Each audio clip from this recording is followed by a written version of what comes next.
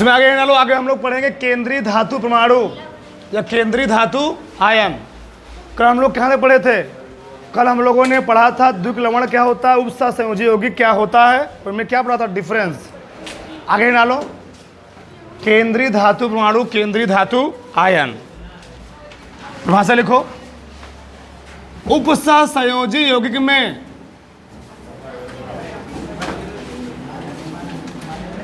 उपसह संयोजी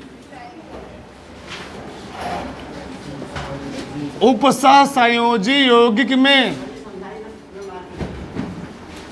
उपसह संयोजी यौगिक में वह परमाणु या आयन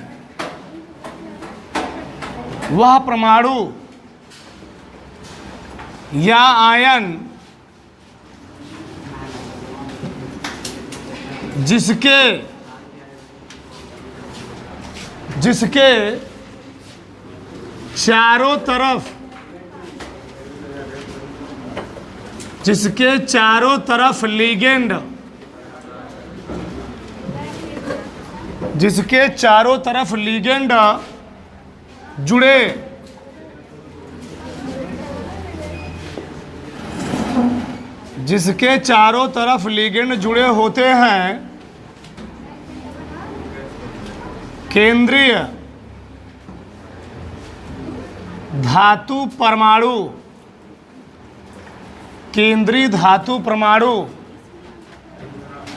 या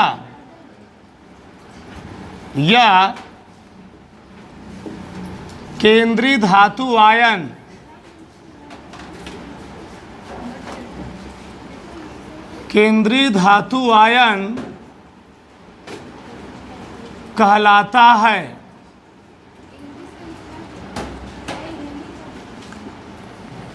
केंद्रीय धातु आयन कहलाता है। सबका ध्यान इधर दो, ध्यान से। उपसह संयोजी यौगिक में वह परमाणु या आयन जिसके चारों तरफ लिगेंड जुड़े होते। क्या जुड़े होते जी? लिगेंड। उसको हम लोग कहते क्या हैं? केंद्रीय धातु परमाणु या केंद्रीय धातु आयन कहते हैं। अब यहाँ देखो, जो केंद्रीय धातु परमाणु या केंद्रीय धातु आयन होता है, यह इलेक्ट्रॉन युग्म ग्राही होता है। क्या होता है? इलेक्ट्रॉन युग्म ग्राही। और इलेक्ट्रॉन युग्म किससे लेता है? या लिगेंड से। ये क्या होता है? अभी सब जान जाओगे। इसको हम लोग कहते हैं लिगेंड। क्या कहते हैं जी? लिगेंड। या अथवा लिख लो, अथवा एक भाषा और लिख लो, उपसह संयोजी यौगिक में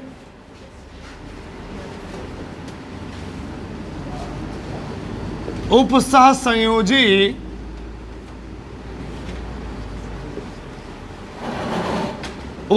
संयोजी यौगिक में जो परमाणु या आयन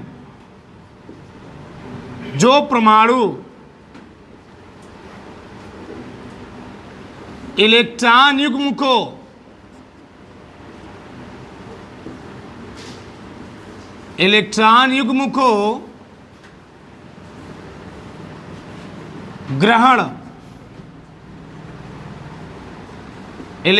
युग्म को ग्रहण करता है,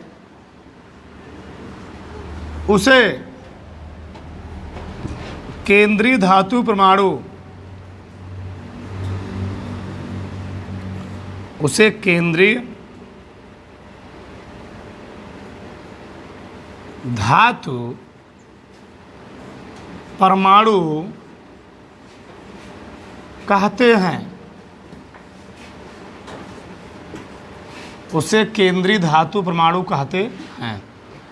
दोनों परिभाषा मैंने लिखवा दिया, ठीक। जिसके चारों तरफ लिगेंड जुड़े होते हैं उसको हम लोग कहते हैं क्या? केंद्रीय धातु परमाणु। या उपसह संयोजी यौगिक में जो परमाणु इलेक्ट्रॉन क्या करता है जी? ग्रहण करता है, उसको हम लोग क्या कहते हैं? केंद्रीय धातु परमाणु कहते हैं। बात समझ में आई? अब आगे देखो, यह समझो, जैसे मान लो हमने यौगिक लिया,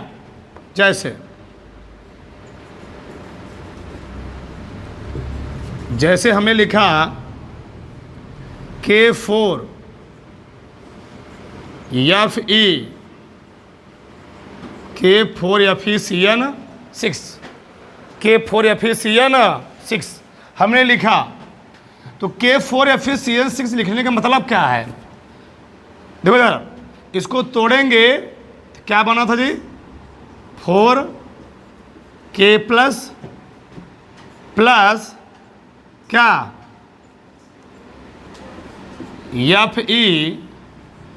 FeCN6 4 माइनस।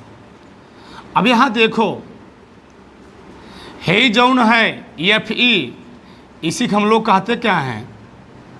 केंद्रीय धातु परमाणु, या इसी को हम लोग कहते हैं केंद्रीय धातु आयन। केंद्रीय धातु आयन, सही है। इसी को हम लोग कहते हैं केंद्रीय धातु परमाणु, केंद्रीय धातु आयन।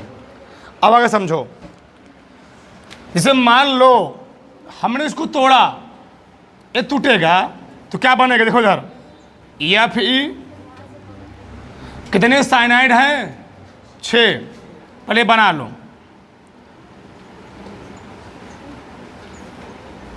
अष्टफलकी स्ट्रक्चर होता है।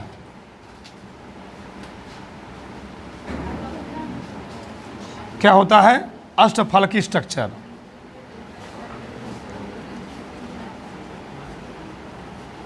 ऐसे हो गया, आयरन हो गया बीच में। अब बताओ, आयरन कितने साइनाइड से इलेक्ट्रॉन को ग्रहण कर रहा है?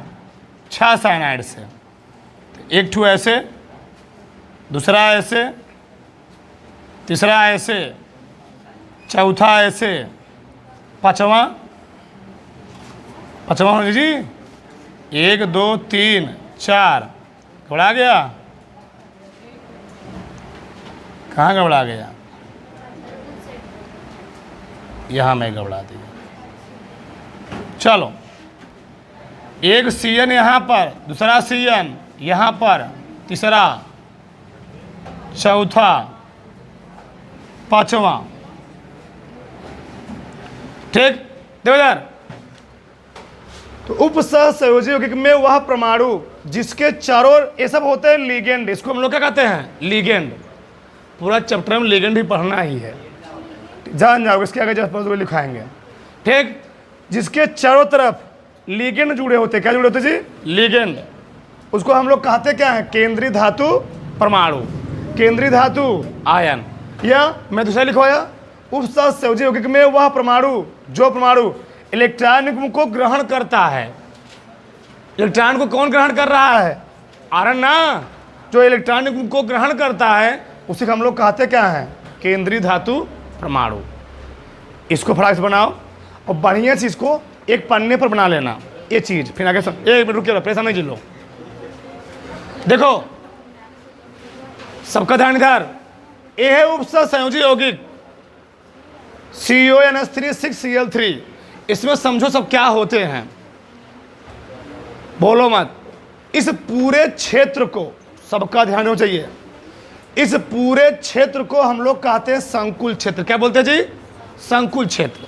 पूरा क्षेत्र, पूरा मिलाकर पूरे क्षेत्र को हम लोग क्या बोलेंगे?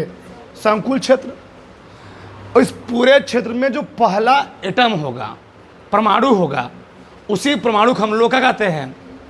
केंद्रीय धातु परमाणु, या केंद्रीय धातु आयन, या इलेक्ट्रॉन को ग्रहण करने वाला परमाणु। इस पूरे संकुल क्षेत्र में पहला जो एटम होगा, पहला जो परमाणु होगा, पहला जो आयन होगा, उसको हम लोग कहेंगे, क्या कहेंगे? केंद्रीय धातु परमाणु, केंद्रीय धातु आयन, इलेक्ट्रॉन को ग्रहण करने वाला परमाणु।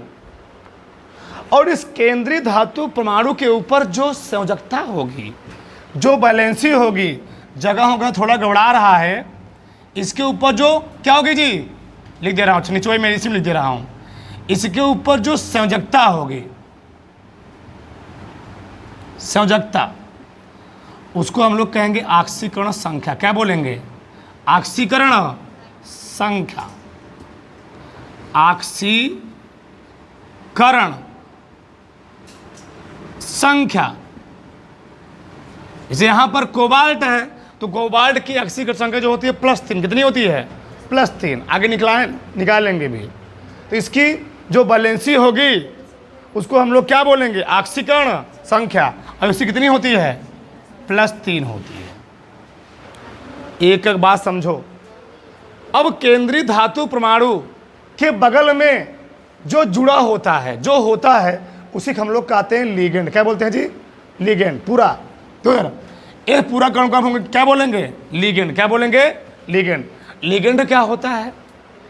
इलेक्ट्रॉन को देने वाला परमाणु, इलेक्ट्रॉन को देने वाला संकुल, चाहे कहो परमाणु चाहे क्या कहो संकुल। तो जो लिगेंड होता है यह इलेक्ट्रॉन को देता है, इलेक्ट्रॉन को दान करता है। क्या करता है? एक एक बात बहुत इंपॉर्टेंट है। केंद्रीय धातु परमाणु के बगल में जो लगा होता है उसको हम लोग कहते क्या है? लिगेंड। यह इलेक्ट्रॉन को देता है, इलेक्ट्रॉन को क्या करता है? दान करता है। और क्या और इस पूरे केंद्रीय धातु परमाणुआ और लिगेंडवा, इस पूरे को मिला करके अब मैं बना रहा हूं, इसी में उल्टा सीधा कर रहा हूं, ध्यान रहे। इसको पूरा मिला करके तना, मतलब ऐसे समझ लो, इसको क्या लिखे हम, गड़बड़ा जाएगा। इस पूरे बड़कवा कोष्ठक के अंदर जितने लिखे गए हैं, इस कोष्ठक का नाम क्या बताया था? गुरु कोष्ठक। क्या नाम है जी? इस पूरे गुरु कोष्ठक के अंदर एक चीज समझो, इस पूरे गुरु कोष्ठक के अंदर जो लिखा गया है, पूरे गुरु कोष्ठक के अंदर जो लिखा गया है गुरु कोष्ठक के अंदर, उसको हम लोग कहते हैं संकुल आयन। क्या बोलेंगे? संकुल आयन या जटिल आयन, जटिल आयन या संकर आयन। एक के चीज़ में तुम कितना सीख रहे, देख रहे हो। संकर आयन बहुत सीख गए, बहुत सीख गए ना? ठीक। पूरा है संकुल क्षेत्र।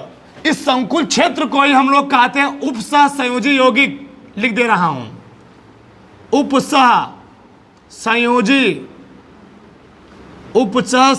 यौगिक। इस पूरे संकुल क्षेत्र को ही हम लोग क्या कहते हैं जी? उपसह संयोजी यौगिक। और उपसह संयोजी यौगिक में जो पहला एटम होता है उसको हम लोगों ने क्या कहा? केंद्रीय धातु परमाणु, केंद्रीय धातु आयन, इलेक्ट्रॉन को ग्रहण करने वाला। और इसके ऊपर जो आयन होता है, जो वैलेंसी होती है, उसको हम लोग कहते क्या है? ऑक्सीकरण संख्या। दूसरे वाले को हम लोग कहते हैं लिगेंड। क्या कहते हैं? लिगेंड। लिगेंड क्या होता है? इलेक्ट्रॉन को दान करने वाला, इलेक्ट्रॉन को दान करने वाला। और केंद्रीय धातु परमाणु और लिगेंड को मिला करके हम लोग क्या बोलते हैं? गुरु कोष्ठक। जो गुरु कोष्ठक के अंदर लिखा होता है उसको हम लोग क्या कहते हैं? संकुल आयन, जटिल आयन, संकर आयन। अब आगे देखो, इस लिगेंड के यहाँ 4 लिखा है, 5 लिखा है, 3 लिखा है, जो यहाँ संख्या लिखी होती है। इस लिगेंड के नीचे जो संख्या लिखी होती है उस संख्या को हम लोग कहते हैं सेकेंडरी वैलेंसी या द्वितीयक संयोजकता। क्या कहते हैं? द्वितीयक संयोजकता। इसी को हम लोग कहते हैं उपसह संयोजन, उपसह संयोजन संख्या, उपसह संयोजन संख्या। उपसह संयोजन संख्या क्यों बोला? क्योंकि यही सब संख्या जा करके केंद्रीय धातु परमाणु करते क्या है? चारों तरफ क्या करते हैं? घेर लेते हैं। इसका नाम क्या हुआ? संख्या का। लिगेंड के नीचे जो संख्या लिखी होती है उसको हम लोग क्या बोलते हैं? द्वितीयक संयोजकता या उपसह संयोजन संख्या। आगे पूरे गुरु कोष्ठक के बाहर, पूरे गुरु कोष्ठक के बाहर एक परमाणु लिखा होगा ना, K4Fe6। अरे भैया ये गुरु कोष्ठक था, ये गुरु कोष्ठक है ना, तो गुरु कोष्ठकों को बढ़ावा जो K4 लिखा हुआ है, इस K4 हम लोग बोलेंगे क्या बोलेंगे? Counter ion. क्या बोलेंगे? Counter ion. और काउंटर आयन के नीचे जो संख्या लिखी होगी उसको क्या बोलोगे? प्राथमिक संयोजकता। तो प्राथमिक संयोजकता कहाँ होती है? गुरु कोष्ठक के बाहर, काउंटर आयन के नीचे। और द्वितीयक संयोजकता कहाँ होती है? लिगेंड के नीचे। और उसी को हम लोग कहते क्या? उपसह संयोजन संख्या। आया कुछ समझ में? इसको उतारने के बाद जल्दी से एक पन्ने पर अलग से इसको बनाना जो अच्छा लगे, एक पन्ने पर, एक पेज पर अच्छे से बनाना पूरा, जल्दी से, 5 मिनट टाइम दे रहे हैं, ज़्यादा नहीं, बोले 5 मिनट्स। Again start. देखो अगला है उपसह संयोजक परिसर समन्वयन सत्ता। क्या होता है? देखो यार भाई समझ लो, बहुत सारे नाम है, एक भी छोड़ेंगे नहीं, खुद सब पढ़ा देंगे।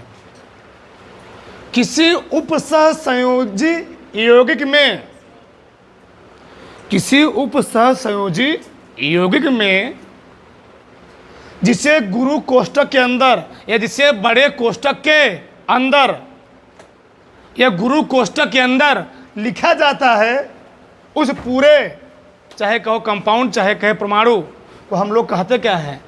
उपसह संयोजक परिसर या समन्वयन संख्या।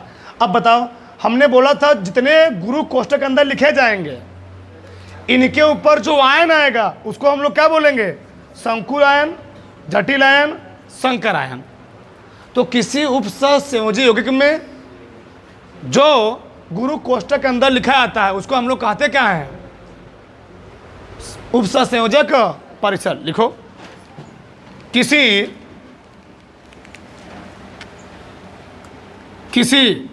उपसह संयोजी यौगिक में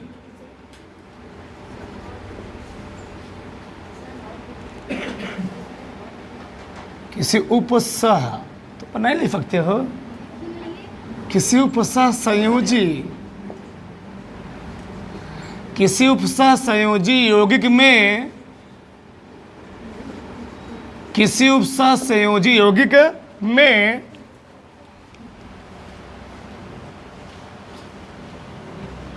वह भाग जो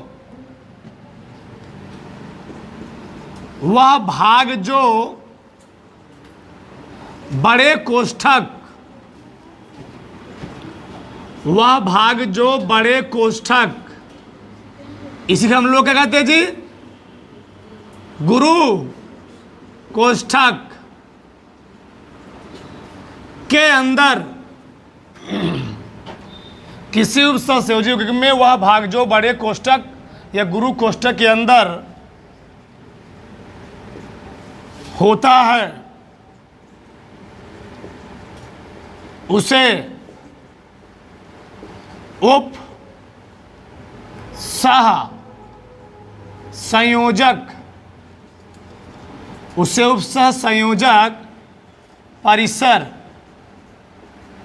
या समन्वयन सत्ता कहते हैं। सत्ता। अच्छा, लिगेंड की परिभाषा लिखवाया नहीं भी लिखवाया? नहीं लिखवाया? ठीक, इसके बाद लिखवाया। कहते हैं किसी उपसह संयोजी यौगिक में वह भाग जो बड़े कोष्ठक या गुरु कोष्ठक के अंदर होता है, उस परिसर को हम लोग कहते क्या हैं? क्या बोलेंगे? उपसह संयोजक परिसर या समन्वयन सत्ता। जैसे, कैसे? देखो, जैसे हमने लिखा था भी वही लेते हैं, K4 या फिर CN6 में है क्या है जी? गुरु कोष्ठक के अंदर कौन लिखा है? या फिर CN6। इतना में इसको को हम लोग क्या बोलेंगे? इसको क्या बोलेंगे?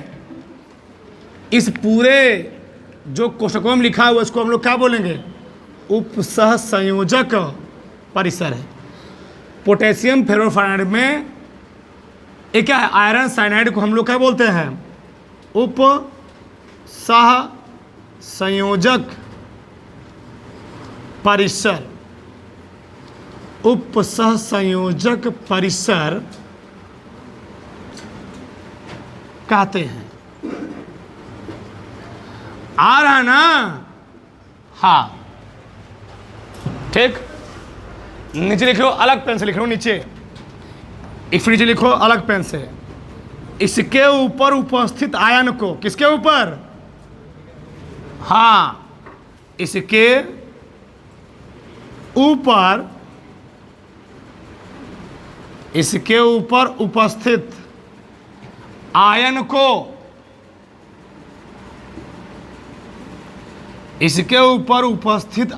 को क्या कहते हैं? संकुल आयन। सब लिख लो। इसके ऊपर उपस्थित आयन को संकुल आयन या जटिल आयन या संकर आयन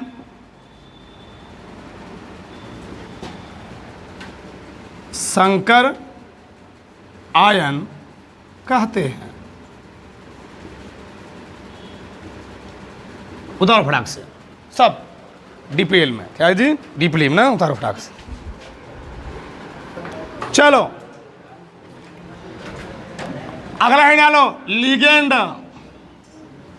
लिगेंड। पहले लिख ही लो लिगेंड, इंग्लिश इसका LIGANDS, लिगेंड्स। लिखो, किसी उपसहसंयोजी यौगिक में किसी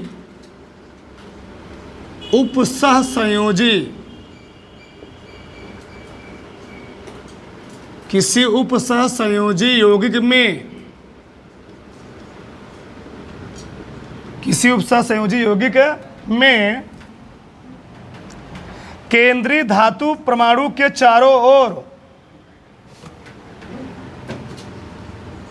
केंद्रीय धातु परमाणु के चारों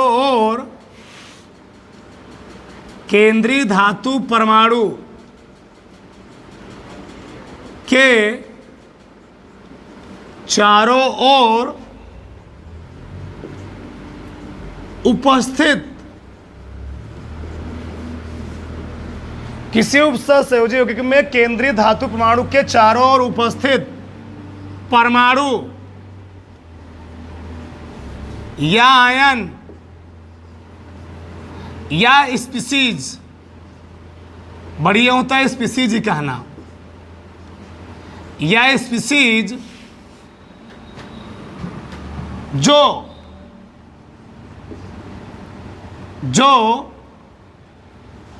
केंद्रीय धातु परमाणु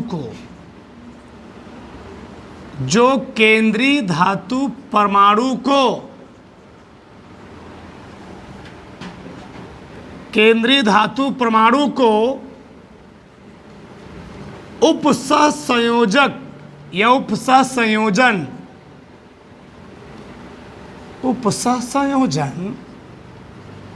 बंध द्वारा, कोऑर्डिनेशन बांध द्वारा इलेक्ट्रॉन युग्म को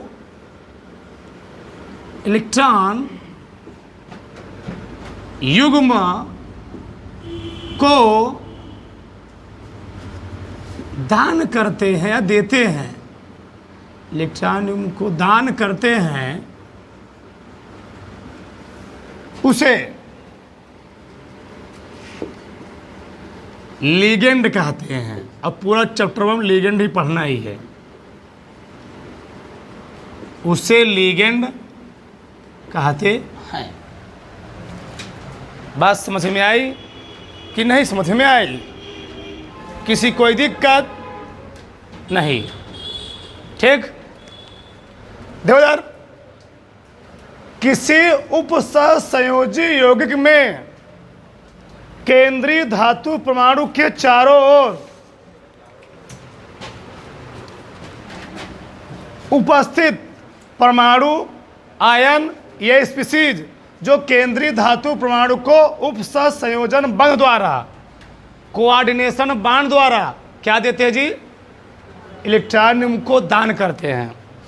इलेक्ट्रॉन को त्याग देते हैं, बचवा ले जाओ, तुम ही अमीर हो जाओ, कोई दिक्कत नहीं है। उसे हम लोग कहते क्या है? लिगेंड। अब लिगेंड होते कई प्रकार के। ठीक। अगले लेक्चर हम लोग उसका पूरा प्रकार पढ़ेंगे। भाई बस परिभाषा सीखो। आवेश के आधार पर, संयोजन क्षमता के आधार पर सब प्रकार पढ़ें, कितने इसके प्रकार होते हैं। ठीक। तो देखो, जैसे मैंने बनाया, क्या बनाया? बार बार वही उदाहरण ले रहे हैं, कोई बात नहीं। K4 या फिर CN6, एक तो ई हो गया, उसको लिख लो CO क्या,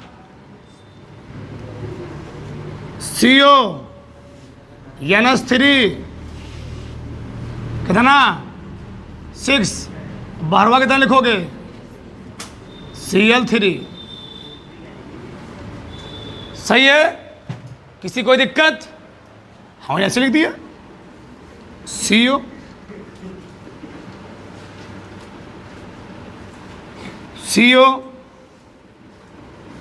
H2O 6, यहाँ लिख दिया Cl3। यह देखो, इस पूरे को हम लोग क्या बोलेंगे जी? संकुल क्षेत्र उपसंयोजी यौगिक। ये सब उपसंयोजी यौगिक है।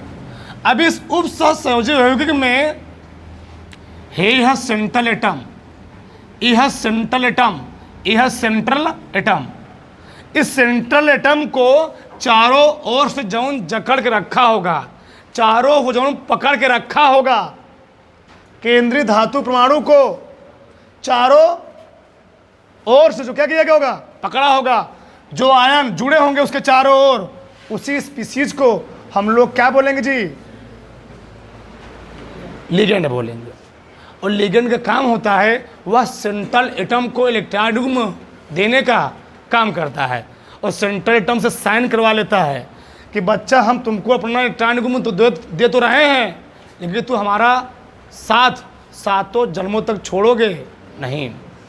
जब तक हम जिंदा रहेंगे उसके तुम 6 जन्म तक और जिंदा रहोगे। समझ रहे हो?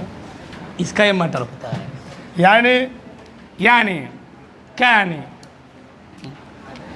यानी इसको डिस्को क्या जी? हाँ, बीबी को बेस पसंद है। चलो, इसको हम लोग क्या बोलेंगे? इसी को हम लोग कहते हैं लिगेंड। क्या बोलते हैं? लिगेंड। उतार लो उधर बड़ाक से। चलो अगला ना लो, आयनिक मंडल या आयनिक परिसर। देखो यार होता क्या है, समझो, किसी उपसंयोजी यौगिक का वह भाग जो जल में घुल करके आयनित हो जाता है, जो जल में घुलकर क्या होता है जी? जो जल में घुलकर आयनित हो जाता है उसको हम लोग कहते क्या हैं? आयनिक मंडल या आयनिक परिसर। लिखो,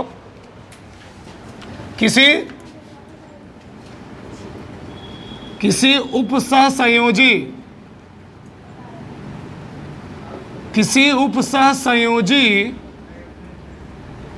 यौगिक, किसी उपसंयोजी यौगिक का वह भाग जो जल में घुलकर आयनित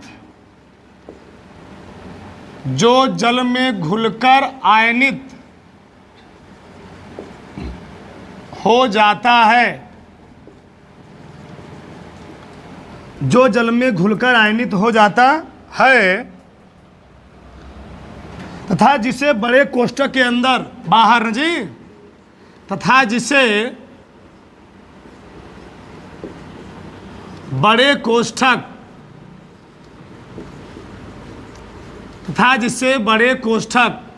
में गुरु कोष्ठक,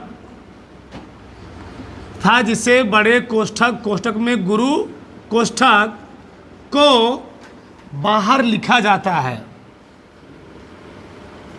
बाहर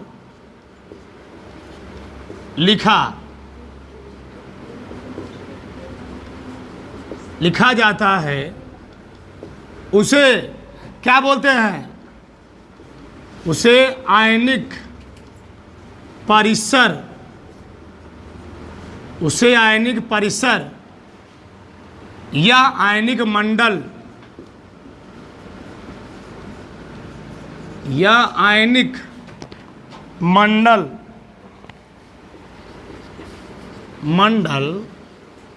कहते हैं। ये बताओ, थोड़ा समझो यहाँ पर, एक एक चीज समझो सब। चलो, अच्छा मैं लिखा भी हूँ यहाँ पर ना जी, आयनिक मंडल और आयनिक परिसर लिखा भी हो। देखो यार, K4 या फिर CN6,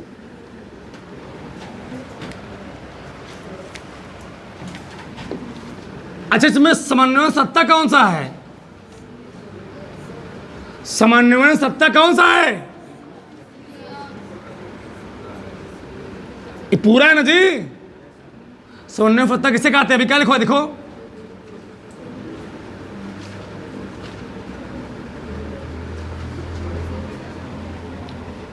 गधा, बस यहाँ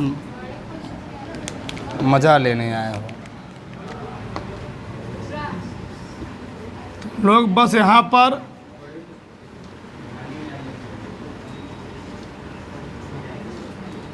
इसको हम लोग कहते हैं आयनिक मंडल, इसको हम लोग कहते हैं आयनिक परिसर, आयनिक परिसर। देखो यार, गुरु कोष्ठक के अंदर वाले भाग हम लोग कहते क्या हैं? समन्वयन सत्ता या समन्वयन परिसर। और गुरु कोष्ठक के बाहर जो भाग होता है और समन्वयन सत्ता वाला भाग कभी टूटता नहीं है। टूटता कौन है? आयनित कौन सा होता है? आयनिक मंडल वाला भाग। और आयनिक मंडल वाले भाग पर जब आयन आता है तो उसी आयन हम लोग कहते क्या है? प्राथमिक संयोजकता। क्या बोलेंगे? प्राथमिक संयोजकता। तो गुरु कोष्ठक के बाहर जो लिखा होता है उसको हम लोग क्या बोलेंगे? आयनिक मंडल। और जब इसको जल में घोलते हैं, जल में घोलने पर जब इसके ऊपर आयन डेवलप होता है तो उसी को हम लोग कहते क्या हैं? प्राथमिक संयोजकता। बना लो जैसे में, जैसे मनाओ फटाक से।